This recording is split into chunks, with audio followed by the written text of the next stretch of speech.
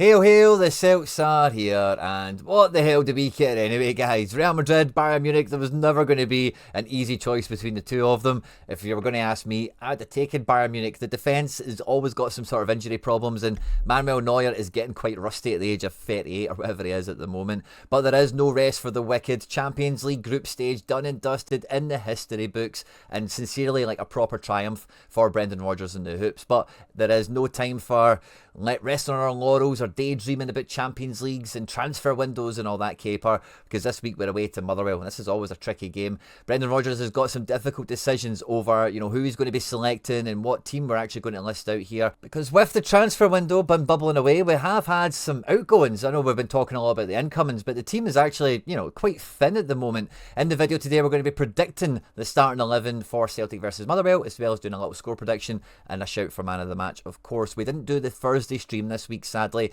The schedule this week has just been absolutely crazy, so sorry for everyone that missed out on having us live on a Thursday, but we thought we'd get together for a wee Friday predicted 11 score preview. So you guys know what to do. In the comment section, I want score predictions, I want man of the match shouts, and any other hot takes you feel free to give me at any point in the video. If you do laugh, you learn, you like something or whatever, please do like and subscribe to the channel for more content like this. We recently broke through 10,000 subscribers, and we are hurtling our way towards 18,888, and we cannot do that without your support. So if you do enjoy the video, please do hit like and subscribe for more content like this, and yeah, let's just get stuck straight into it. Because when we come to this game off the back of Aston Villa, where Daizen Maeda was injured, Carter Vickers was seemingly rested for it, and we did use like some youth players from the bench, you would think coming into this game we would have, just renewed kind of vigour throughout the team, with one or two absentees and all that kind of thing. But as we lay out the likely guys that could feature in this squad, the first thing that my attention is drawn to very quickly is the back four. Yeah, we do have Ralston as cover for Johnson, but he's not going to play this game, I think we know that. But with Welsh and Lager Bielke being out the building, obviously Dane Murray is kind of half floating around, and we know Rocky isn't going to be getting minutes. There's just really this depth here at centre-back. I don't think Scales will retain his place from the midweek. I think the games he missed over the last 10 matches was maybe on half the promise of you will come in for the Villa games. I don't think we're going to see Scales in this one. And now with no Alexander Valley or whatever, Aliash Valley, whatever, and no Tierney until this summer, as it feels at the moment, Greg Taylor is back to being the only left back in the village. So the back four probably picks itself. It's probably quite straightforward. But where a lot of the chat and a lot of the discussion and a lot of the debate is going to come in preview to this game is going to be in midfield. Callum McGregor again clocks in 90 minutes away to Aston Villa in a performance that, I don't think McGregor played bad in it, but he is not suited to that position, to that role in that type of game, and it was exploited time and time again. He has played all the time, he does play all the time, and it wouldn't be totally unimaginable that McGregor would be rested for this game and maybe Bernardo would start perhaps, but I find that unlikely at this stage. If we look at the fixture list, we have Motherwell this Sunday at 2 o'clock, 3 o'clock kickoff. We then have a midweek against Dundee this coming midweek, before then playing Raith in the Cup next weekend, before then facing Bayern at Celtic Park at Paradise. So this is going to be thick and fast, 4 games in 9 days. So I wouldn't be surprised if there was a little bit of a curveball here, but it does also feel like Raith could be that game, but it also does feel that Raith might not be that game, because we want to win another domestic treble, and we can't take these cup games at this stage of the season too lightly. And I do think midfield is where there might be, the question marks. Probably not for McGregor, but I would imagine Engels and Hatate starting this game. I really do find it hard to imagine that they don't. But this is a game that could have the likes of Luke McCowan and Paulo Bernardo's name written all over it for one reason or another. This could be another one of those games where we get Engels on the left of midfield, McCowan on the right, and that feels like it's had a really good balance and a really good synergy throughout the last month or so, and I could see that happening quite comfortably. But I do think Hatate is going up the levels, and we need him to be at the very best, the best he's ever been, if we're going to get anything against Bayern Munich, of course. And I think Hatate is a reps guy, where I think he probably does start this game and then maybe gets subbed out for McCowan later on. Quite similar to Engels is how I feel about Hatate, where I think Rodgers will probably keep them in the deep end, keep them swimming, keep the reps up, keep them playing well, and then just use the substitutions to relieve them once the game is beyond question, as it were. So I think the midfield, although there is curveballs to be had, I don't expect any of them to actually materialise. And I think we'll see this tried and tested midfield shape coming out, because Engel's been on the left or been on the right. It's been fun to see, and I think you can see different qualities for him, whether he is on the right hand side out here linking with Kuhn and Alistair Johnson, or when he's been on the left hand side driving in towards the pitch and feeding the striker. But now that we have Jota in the building along with Kuhn and Maeda, I think we want to have the apparatus that supports the wingers being quite consistent now at this stage, and this certainly seems to be the preferred midfield three, and Hatate just lives on this side of the pitch when he plays. So I think this will be the way it goes. But as you can see with the forward line, there is actually some choice to be had. Now, I don't think Johnny Kenny is going to play from the start, but I would expect to see him come off the bench. But with Daniel Cummings coming off the bench in the Champions League and reportedly now being offered a contract, maybe both of them could play. Maybe we now don't see Yang coming off the bench, perhaps. James Forrest is still unlikely to get this one. But Ida's going to start this, and I see Ida. Ida's had good performances against Motherwell away in the past, but after scoring 2 against Villa, I'd love to see Ida bag a hat-trick in this game.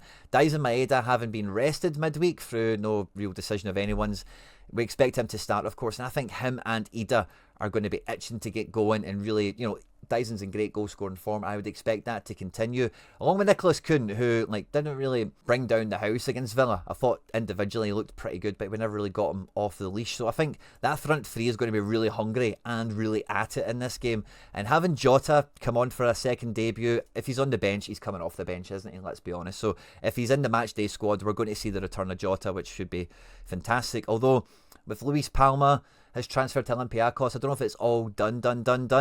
But I've got a really strong feeling it's going to be Jota like this now on the board going forward, we hope. So if the number 7 isn't available, I would not be surprised if the powers that be at Celtic kept Jota away from the team before giving him that number 7 jersey, before everyone runs to the shop to go and get Jota printed on the back. But I would expect Jota to be the first quality substitution that we could have up front in a very long time if this game is a bit tighter and we want to mix something up a little bit. So it'd be nice to see the return of Jota in this game. We just need to see if he's in the matchday squad and if he's on the bench, because Jota's comments to me in the press conference where there's nothing like matches and the best players are very much in unison on that stance, on that position. So he's been training, he's been getting back up to speed with the 9 guys he still had phone numbers for.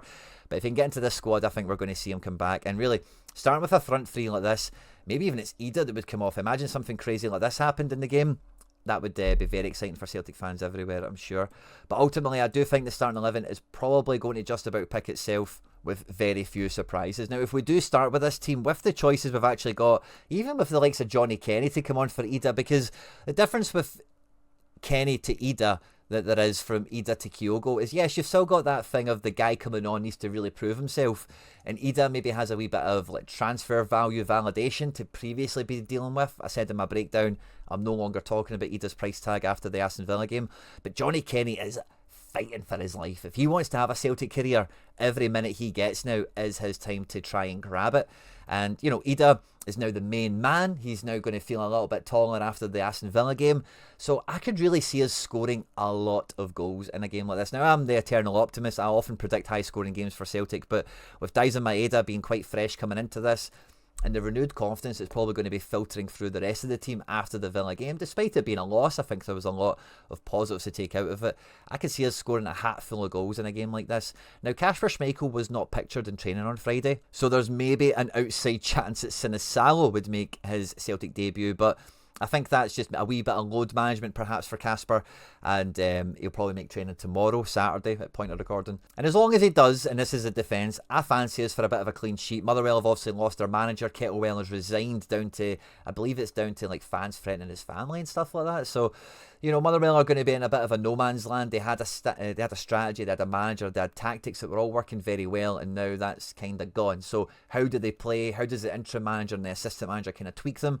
It's kind of hard to know, but with no Lennon Miller and a few other bits and bobs going on, the Motherwell team, although impressive this year, are certainly beatable for the Celtic side, and it is going to require the likes of Taylor in this inverted fullback kind of wild card overload position, living his best life. And I think with no other left back in the building, we might get a little bit of that back from him, as well as Alistair Johnson actually penetrating the box and just putting much more pressure on them. Because once we're doing that and we've got our defence in front of the goalkeeper, that gives us the platform to really maximise the midfield three we have.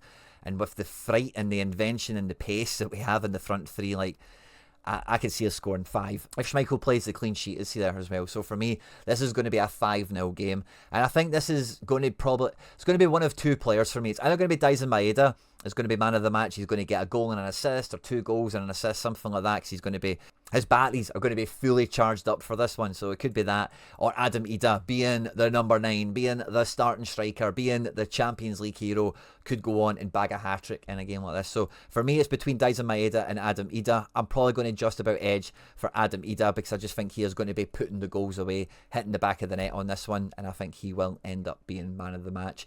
I hope you've enjoyed this one, guys. On screen and now is some other content that we've made that YouTube thinks you might enjoy. Don't forget to hit the subscribe button for more content like this. We'll be back to review this match when it's done, talk about all the transfer business as it happens throughout the remainder of the January transfer window, as well as come to preview our next opponents in the Champions League, Bayern Munich. Don't forget to hit subscribe, like, share, retweet, all that good stuff. Hail, hail, and Mon the Hoops.